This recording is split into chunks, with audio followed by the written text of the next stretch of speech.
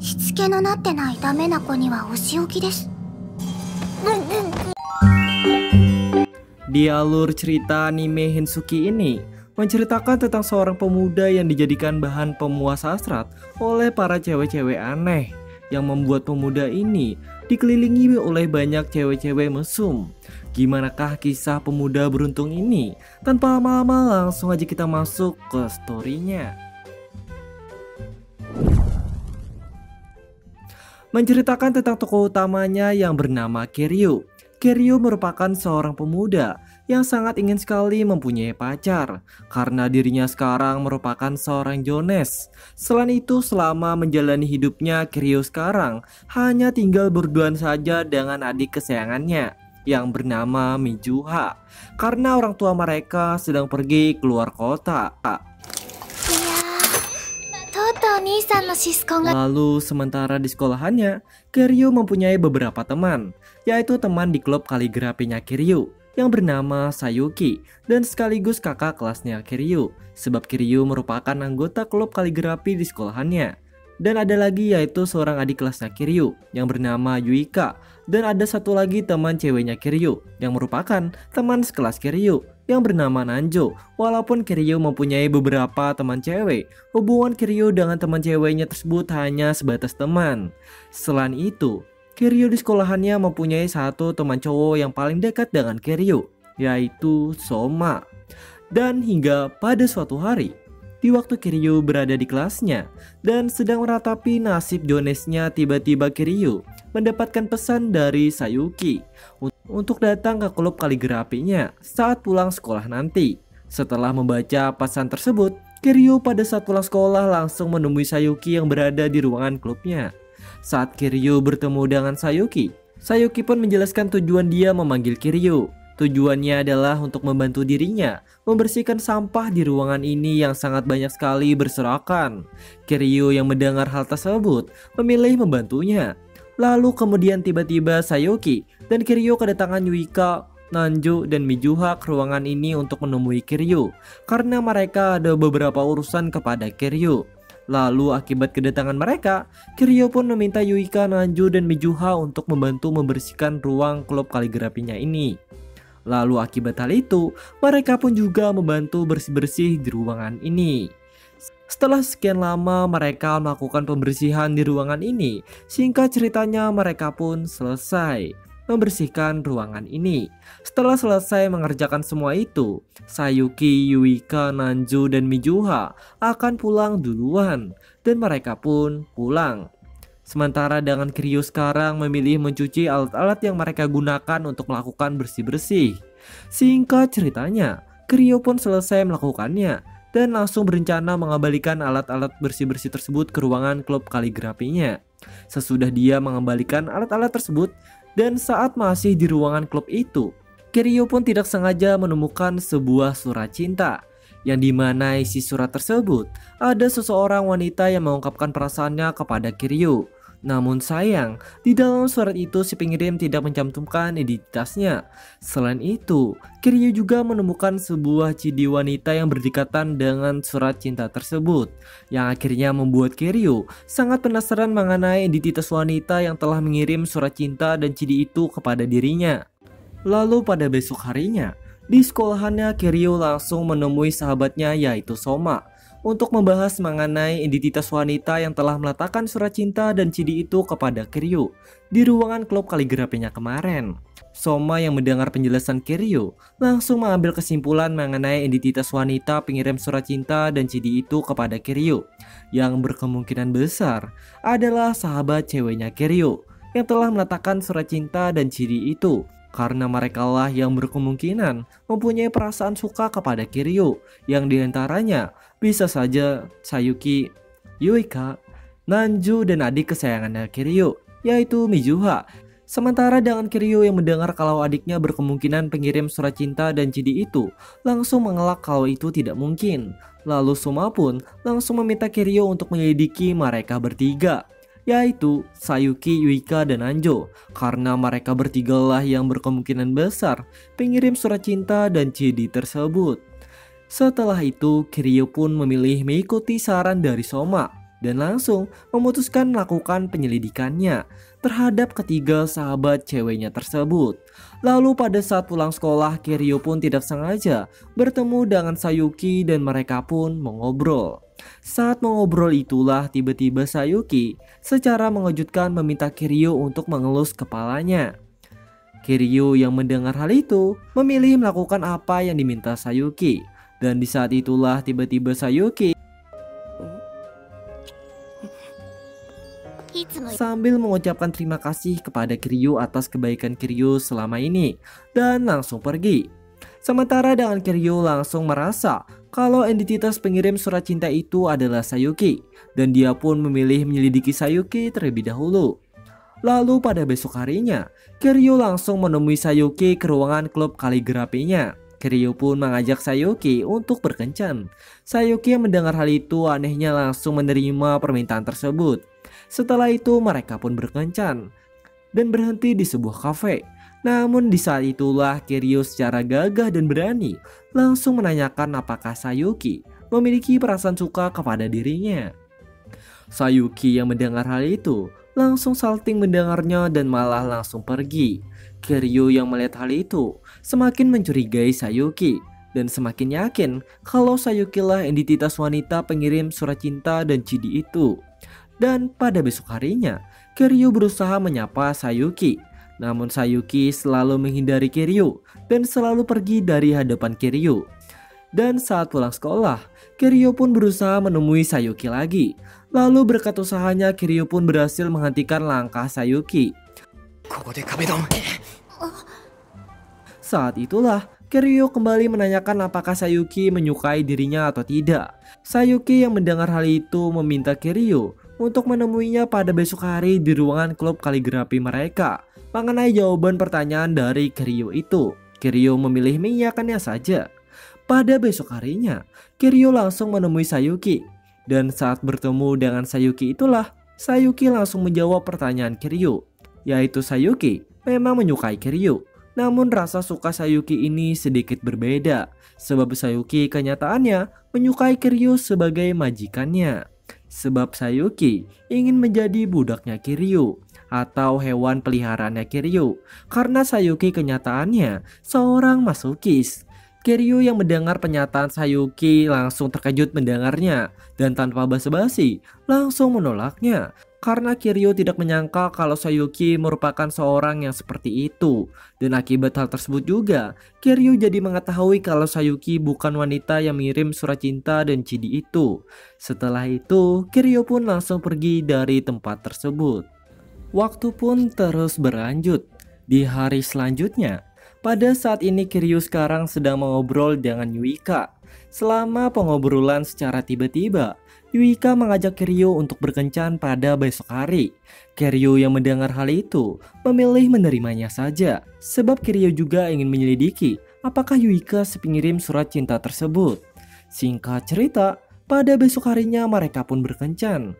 Dan kencan mereka pun dimulai. Mulai dari ke bioskop, ke sebuah kafe, dan jalan-jalan ke tempat random. Yang pada akhirnya membuat hubungan antara Kiryu dengan Yuika semakin bertambah dekat.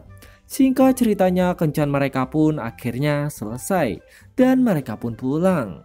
Lalu di hari selanjutnya, di saat Kiryu sedang di sekolahannya, tiba-tiba dirinya dapat pesan dari Yuika yang meminta Kiryu untuk menemuinya ke ruangan penyimpanan buku di perpustakaan saat pulang sekolah nanti. Lalu singkatnya saat pulang sekolah, Kiryu langsung menemui Yuika. Karena Kiryu berpikiran kalau Yuika ingin mengungkapkan identitas dirinya yang merupakan pengirim surat cinta dan CD itu. Lalu saat bertemu dengan Yuika, Yuika langsung mengajak Kiryu mengobrol. Dan saat perbincangan itulah, Yuika mengungkapkan kalau Kiryu merupakan seorang yang sangat tepat bagi dirinya. Dan setelah itu, Yuika langsung mengungkapkan mengenai dirinya ingin Kiryu menjadi budak untuk dirinya. Kiryu yang mendengar hal itu sontak langsung kaget mendengarnya. Dan tanpa basa-basi, Kiryu langsung menolak permintaannya Yuika yang di luar nalar. Lalu akibat penolakan Kiryu, Yuika langsung marah mendengarnya dan langsung menyerang Kiryu.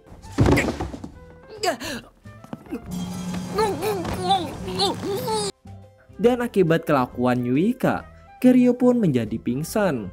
Lalu akibat kejadian ini, Kiryu jadi mengetahui kalau Yuika bukanlah wanita si pengirim surat cinta dan CD itu.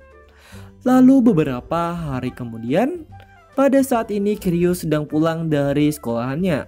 Dan di saat dia membuka rak sepatunya, Kiryu pun mendapatkan sebuah surat dari Sayuki untuk menemuinya di ruangan klub kaligrafi. Kalau Kiryu menolaknya, dirinya akan menyebarkan foto aibnya Kiryu. Lalu akibat hal ini, Kiryu pun langsung menemui Sayuki. Setelah bertemu dengan Sayuki, Sayuki lagi-lagi berusaha meminta dan memaksa Kiryu untuk menjadikan dirinya sebagai budaknya Kiryu.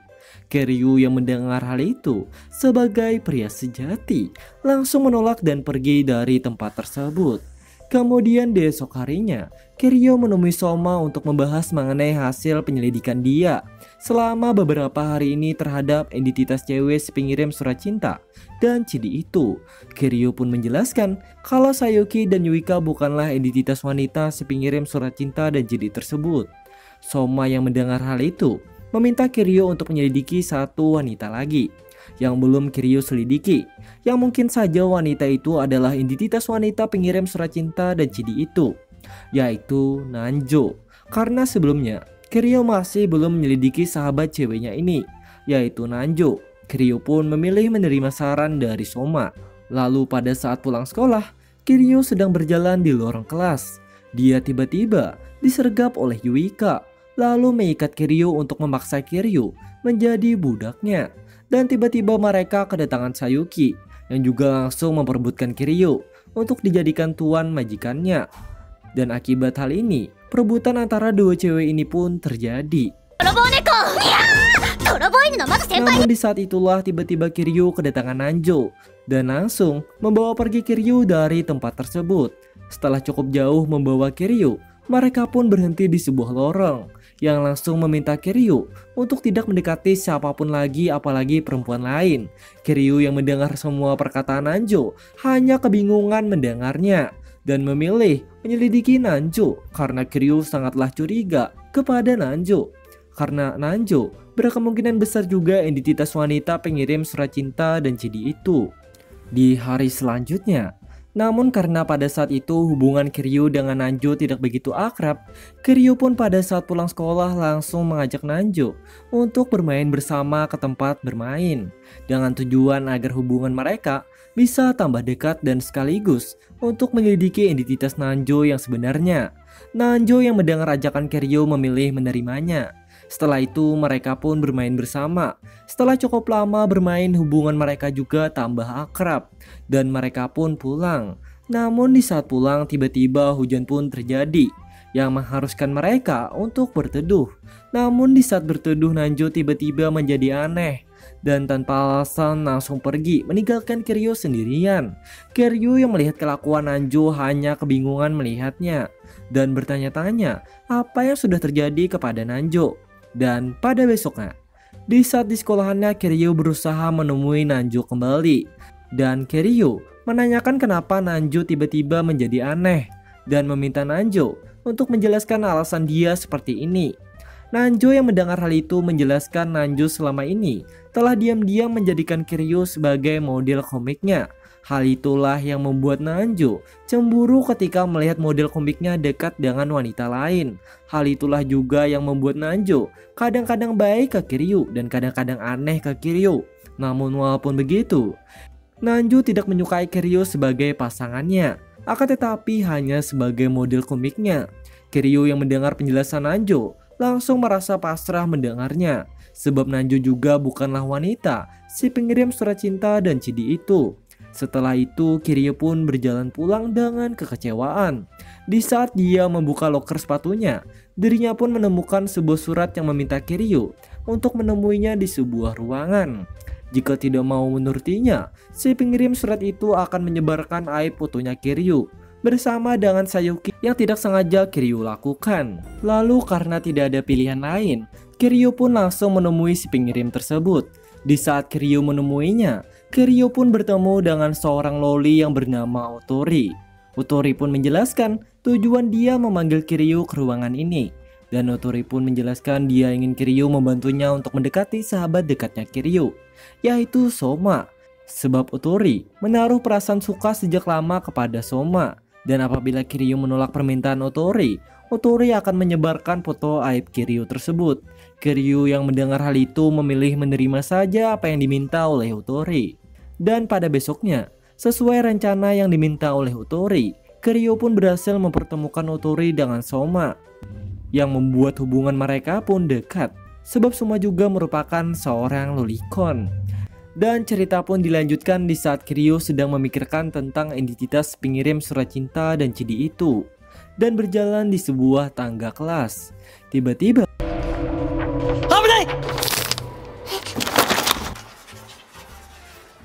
yang membuat Kiryu pun ketindihan oleh wanita tersebut. Namun bukannya menjauh, wanita ini malah terlihat nyaman dengan Kiryu, yang membuat Kiryu hanya kebingungan melihat kelakuan wanita itu. Setelah kejadian tersebut, Kiryu pun memilih santai di sebuah taman sekolah. Namun di saat itulah tiba-tiba Kiryu dikejutkan dengan kehadiran wanita sebelumnya, yang langsung berterima kasih kepada Kiryu sambil memperkenalkan dirinya yang merupakan anggota OSIS yang bernama Fujimoto. Setelah itu mereka pun mengobrol. Fujimoto anehnya berusaha dekat dengan Kiryu dan berusaha melakukan hal aneh kepada Kiryu, yang membuat Kiryu semakin kebingungan dengan kelakuan Fujimoto tersebut. Setelah melakukan hal itu, Fujimoto pun pergi.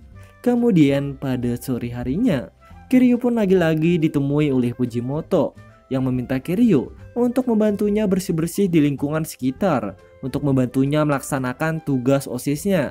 Kiryu pun memilih membantunya, sebab Kiryu ingin menyelidiki identitas Fujimoto, yang mungkin saja merupakan identitas wanita pengirim surat cinta dan CD itu. Setelah itu, mereka pun langsung melakukannya.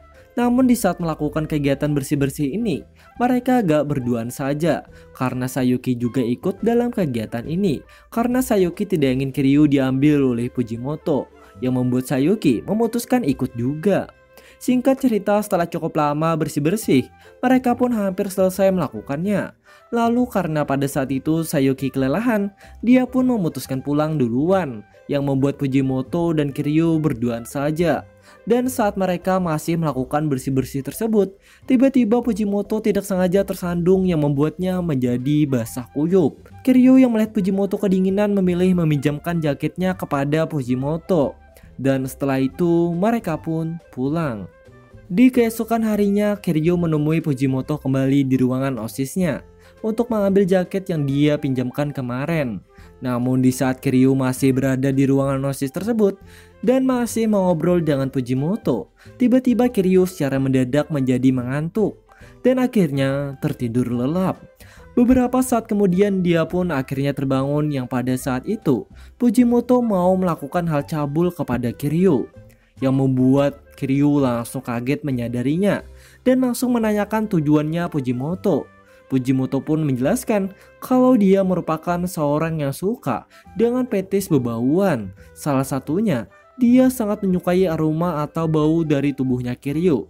Hal itulah yang membuat Fujimoto menjadi sangat suka dekat dengan Kiryu, yang membuatnya terlihat sangat aneh saat dekat dengan Kiryu. Setelah Kiryu mendengar penjelasan itu sebagai pria sejati, Kiryu hanya kebingungan mendengarnya. Lalu selain hal itu juga Kiryu jadi mengetahui kalau Fujimoto bukanlah identitas wanita si pengirim surat cinta dan CD tersebut. Beberapa hari kemudian, Kiryu sedang hari libur di rumahnya. Dan tiba-tiba Kiryu kedatangan Sayuki untuk mengajaknya bermain. Setelah itu Kiryu pun bermain di kamarnya bersama dengan Sayuki. Setelah cukup lama bermain, Sayuki pun akhirnya pulang.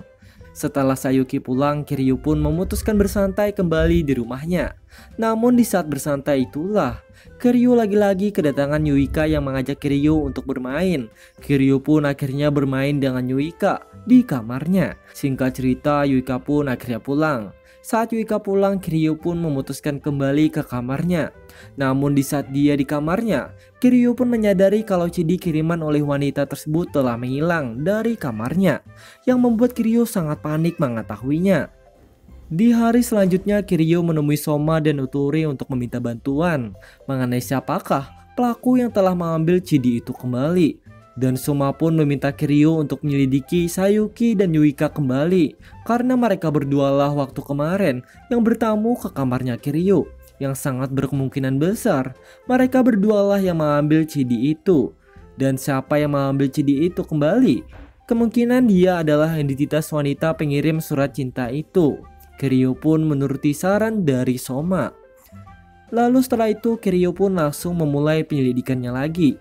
Setelah beberapa hari melakukan penyelidikan, Kiryu pun mendapatkan hasil yang sia-sia sebab dia masih belum menemukan pelaku yang telah mengambil CD itu kembali.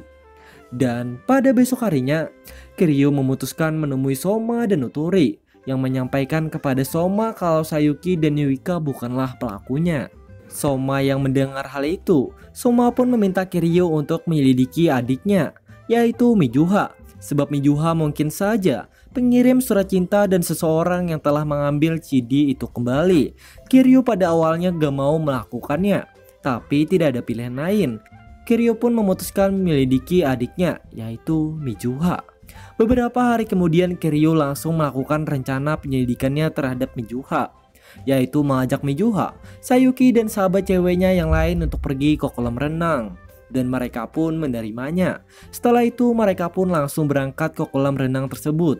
Dan sesampainya di sana mereka pun sangat menikmati kegiatan mereka di kolam renang ini. Hingga pada suatu ketika, pada saat ini Mijuha dan Kiryu sedang berduaan saja di sebuah peristirahatan. Di saat mereka sedang berduaan, Kiryu langsung melakukan rencananya yang langsung mengangkat pelindungnya Mijuha.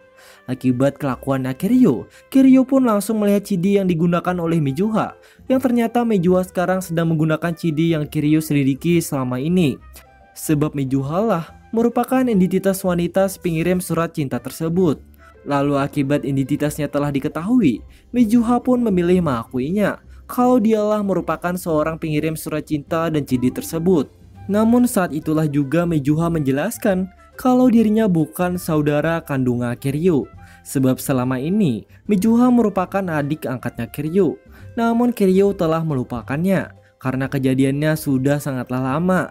Dan Mijuha pun langsung mencium Kiryu, yang membuat Kiryu semakin kebingungan dengan keadaan sekarang. Sebab Kiryu masih belum menerima keadaan dia sekarang. Dan setelah itu mereka pun pulang dari kolam renang tersebut.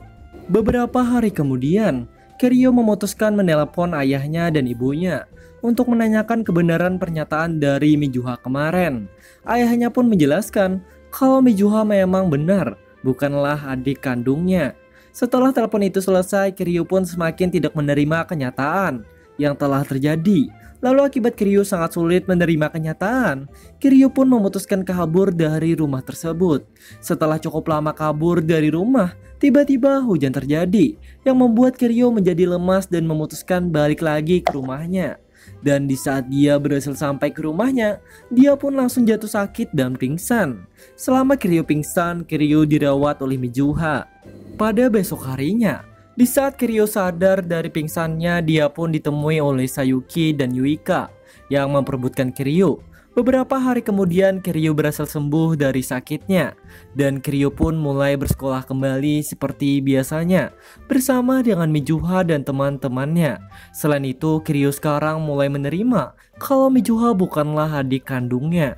Walaupun begitu, Kiryu tetap menyayangi adiknya tersebut. Selain itu, keseharian Kiryu pun akan terus berlanjut. Namun anime ini sampai di sini saja dan ceritanya pun tamat.